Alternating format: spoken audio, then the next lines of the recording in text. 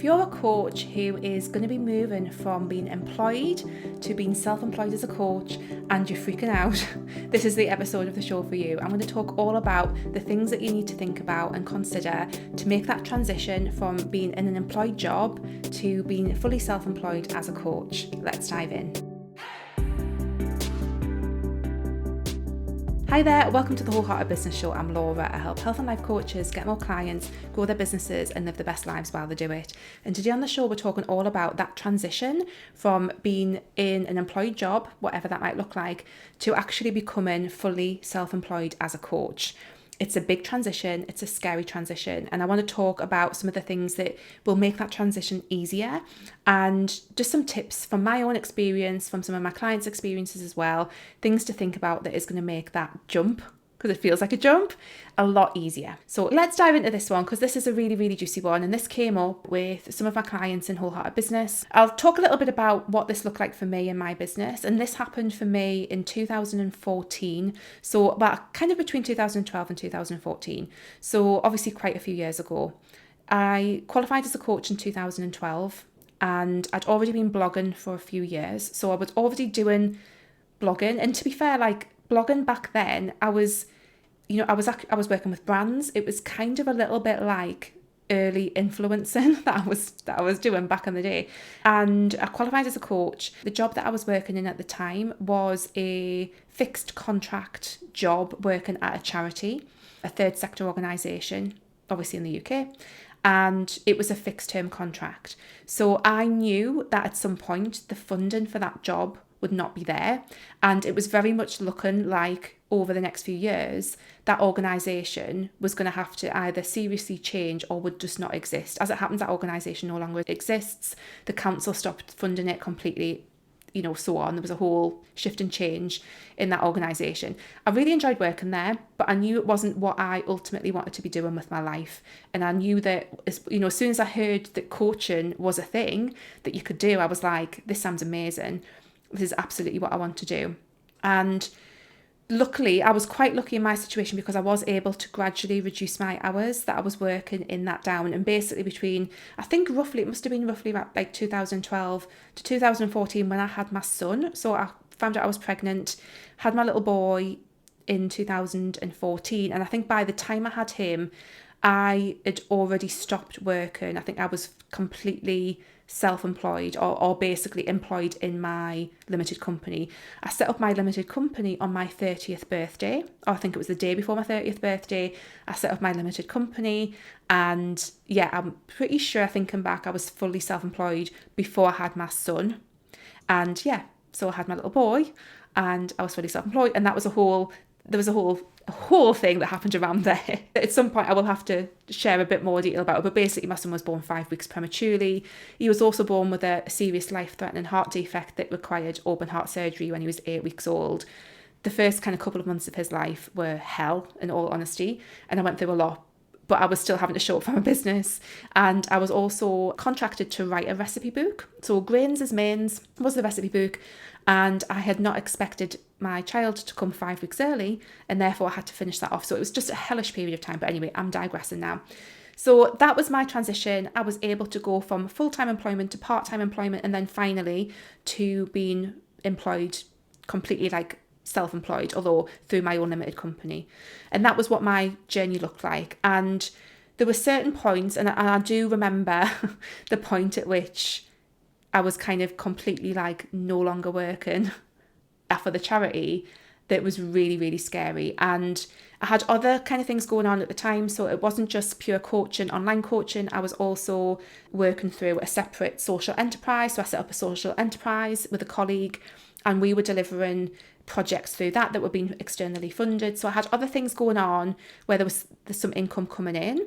It got to the point where my colleague she wanted to kind of continue the social enterprise herself. So that income kind of fell away, and it was just really, really freaky, basically. So I kind of had things in place where I knew that I had enough income, but then things disappeared and I had my child, and it was all just crazy. So my transition was a bit messy, but ultimately I was very lucky that I had the opportunity to kind of reduce hours and go part-time before I kind of went completely fully self-employed. Not everyone is going to have that opportunity. So that's what that transition looked like for me. And I want to talk through some of the key things that might come up for you if you are going through this transition or aim to go through this transition. Not everyone wants to be completely, fully employed through their coaching work or completely self-employed through their coaching work. Some people want to still have a paid job. That is fine. Just to say, that is absolutely fine. Not everyone needs or wants to become fully self-employed through their coaching work. But if you do, this is hopefully some things that are going to be helpful. I think the first thing is that there is an identity shift that you will face when you go from being employed in one space to then being self-employed. I think a lot of people, what I've personally found myself is a big deal, is that I don't have any friends who have I have genuinely got the most amazing set of friends, but not one of them is self-employed. Like, I'm talking about my female friends, not one of them is self-employed, and they do not get this at all. They think I'm insane. I'm pretty sure most of my friends think I am legitimately insane, not having the same financial security that they have, although we're going to come on to that in a second. So one of the biggest things for me is the feeling, and to be fair, I felt this when I worked at the charity anyway, because it's very different. It was a very different work from being employed at the local council or being in the NHS or being, in like a more standardised kind of job. Even that was quite different. So going self-employed was really like, none of my friends really understood what it was like. So my friends, God love them, didn't really get the kind of transition to self-employment or understand what it's like to be self-employed. I have got a couple of people who I know now who are tradesmen, who do stuff self-employed, and they get it more than anyone else, funnily enough. They kind of get the way it is and how it's different. And that's been really encouraging and really nice to have people to talk to who get it from that point of view. But a lot of my friends didn't. So that was a real challenge that I faced, was that I didn't feel like I had many people to talk to who really got it. I did, thankfully, have some really amazing coach friends online who I've since met in person and who, I've done lots of things with, who do get that. So that's been really important. But my kind of day-to-day friends, they didn't really get it. And that's fine, because it is different. And that's, for a lot of us, that's the reason why we're doing this. So that was a bit of a challenge. I also think there's more of an identity thing as well. I think for a lot of us, depending on what your previous work, what your employed work looks like, what your career has looked like, your role, we create our identity around that. There's an identity thing around that. I've got friends who, are nurses, who are doctors, and that's their identity. Like they've done that for a long time. It's a big part of who they are. And when that shifts, that's a big, big shift. There's also what can happen is when you are moving from a paid role or your career or whatever that has looked like to something that is not yet generating huge amounts of income, that can feel like a big identity shift. And sometimes people feel like they just become unemployed, even though that is not the case. But again, that comes with an identity shift. So I'm talking about this because I think it's really helpful to explore what your identity is. So there's a big identity shift that happens when you move from one job to another, from being employed to being self-employed. And that might be reflected in your relationships, your friendships. It's certainly going to be an internal thing that you're going to need to think about. So what can help counteract that is to really think about what is going to help embed you and your identity as a coach, as someone who is self-employed, as someone who is a business person, who is an entrepreneur even. What is going to help embed that identity, that new identity? And again, that's a process, but something that I often talk about with clients, and certainly in Wholehearted Business clients, is if you do not yet have paying clients, work with practice clients, because the more that you coach, just have some availability to coach, because that really helps with your confidence. It helps with your identity as feeling like a coach. It helps with your understanding of people's problems, which means that you can then market yourself better. Just find the opportunities to coach. That is going to be so helpful if you do that. There's a whole other conversation that we had about coaching for free or coaching pro bono or coaching for discounted rates or whatever.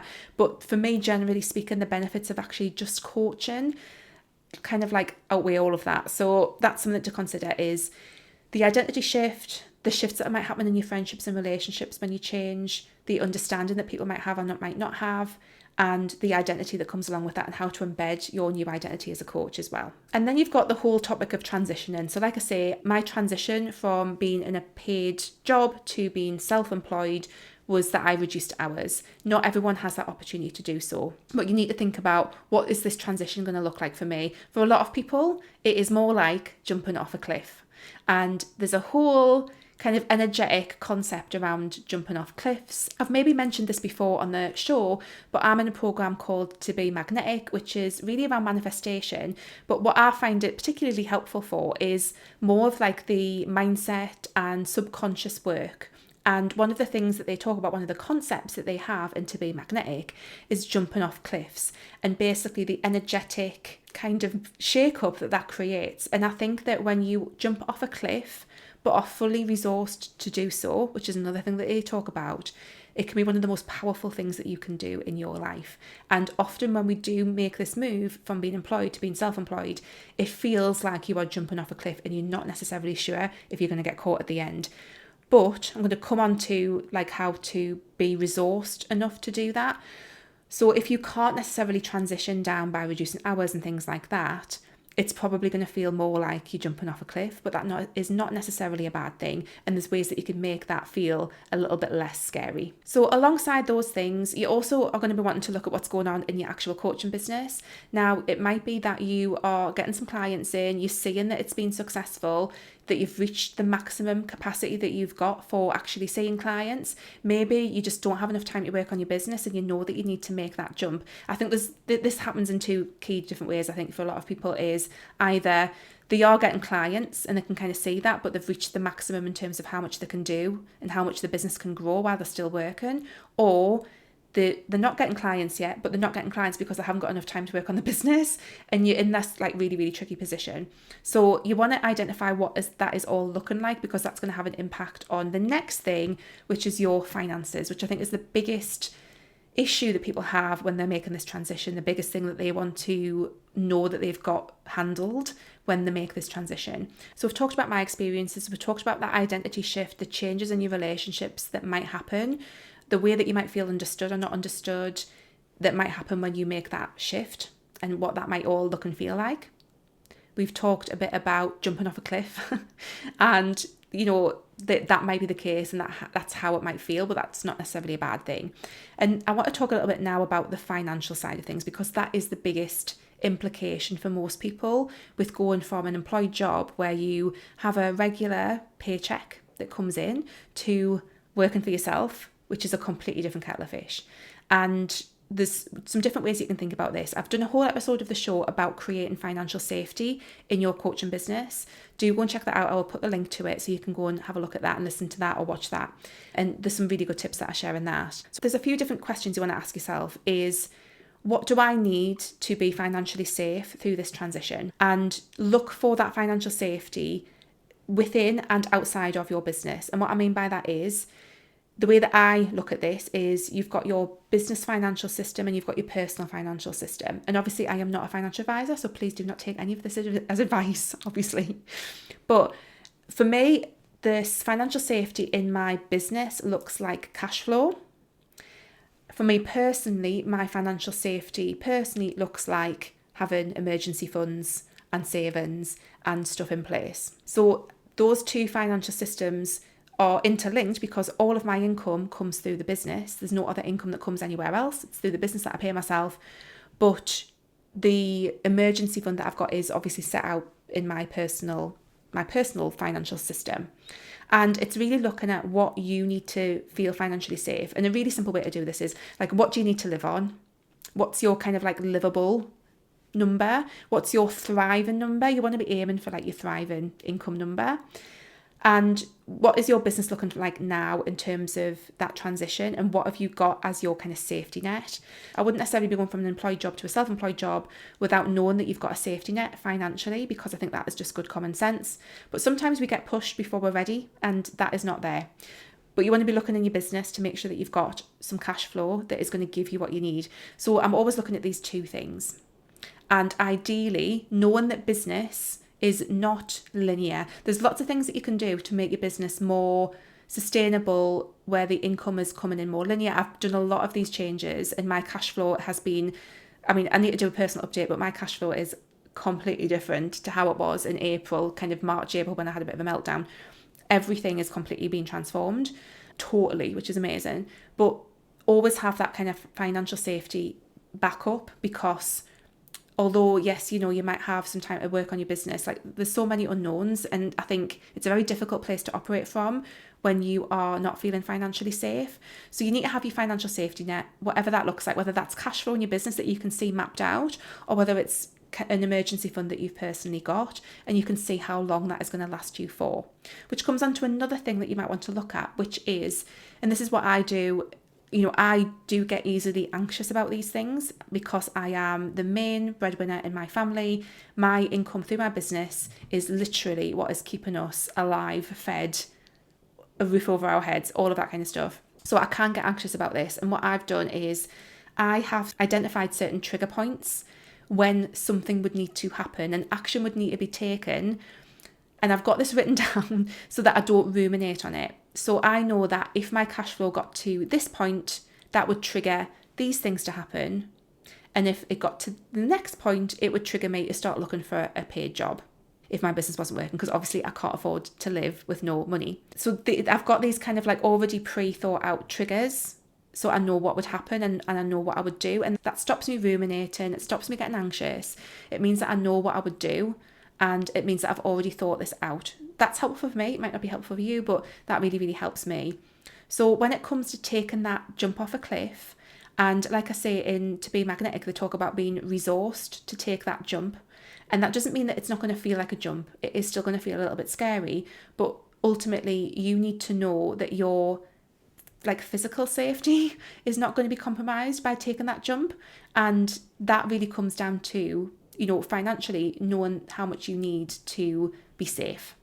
It also means that you need to know what your trigger points potentially are in the future. Like if you're leaving a paid job to go fully self-employed in your coaching business, and for whatever reason, the income doesn't come in, or there's issues, you need to know what trigger point that would be in terms of, I'm going to have to find money from somewhere else to sustain my everything, So these are just some things to think about. And it is like a scary transition. I mean, like I say, jumping off a cliff, what a lot of people find is that when you do that jump off a cliff, the universe, if you want to get into the woo energy side of it, the universe kind of is like, she fucking means business. Like let's get on it, let's do some stuff. Let's send some positive things our way. I really think that there's an amazing energy that comes from jumping off a cliff, but you do want to be resourced to do it, because you don't want to be jumping off cliffs that is going to make you feel physically unsafe. That is not a good place to be operating from. But when it's something that just feels a little bit scary, but you know that it's the right thing to do and it feels expansive, then that's a really, really good energy to be in with it all as well. So there we go, a little bit of a chit chat around moving from an employed job to self-employment. One thing I will actually mention as well is a lot of people struggle with having a regular amount of money that comes into their bank account as a paycheck every month versus what that looks like in your business. The way that I pay myself in my business is so that I kind of cash flow it out so that I pay myself the same wage and dividend, because I'm a limited company. I pay myself in a wage and a dividend. I kind of roughly pay that the same each month. Obviously, I need to make sure that I'm making profit, because you can't pay yourself a dividend if you don't have profit in your business. But I make sure that all of that is taken care of, and I cash flow that out so that I can still have a regular paycheck, just as I would do if I was an employed job. And that makes it a lot easier to manage things financially. It's a lot harder when things are all over the place. Again, you can pay yourself just a full wage. If you're self-employed, if you're a limited company, you can still pay yourself a full wage and just not a dividend. There's different ways to do it. Again, go and see an accountant, because they will keep you right on all of this stuff much, much better than I will. But look at all those different options and just know that it is a bit of a rite of passage, I think, that you have to go through as a coach. It can be one of the best things that will ever pay off when you do it. It certainly was for me, but again, you want to do it in a way that feels safe. So I hope that's given you some things to think about. I hope it's prepared you a little bit as well if this is a situation that you find yourself in. Again, Wholehearted Business has recently closed. We will be reopening in March in 2025, but having some people alongside you on this journey can really, really help. So if this is you, get on the wait list for Wholehearted Business and come along and join us.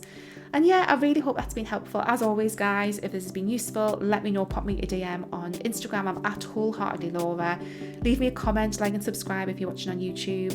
And I will see you next week, guys. Take care. Bye.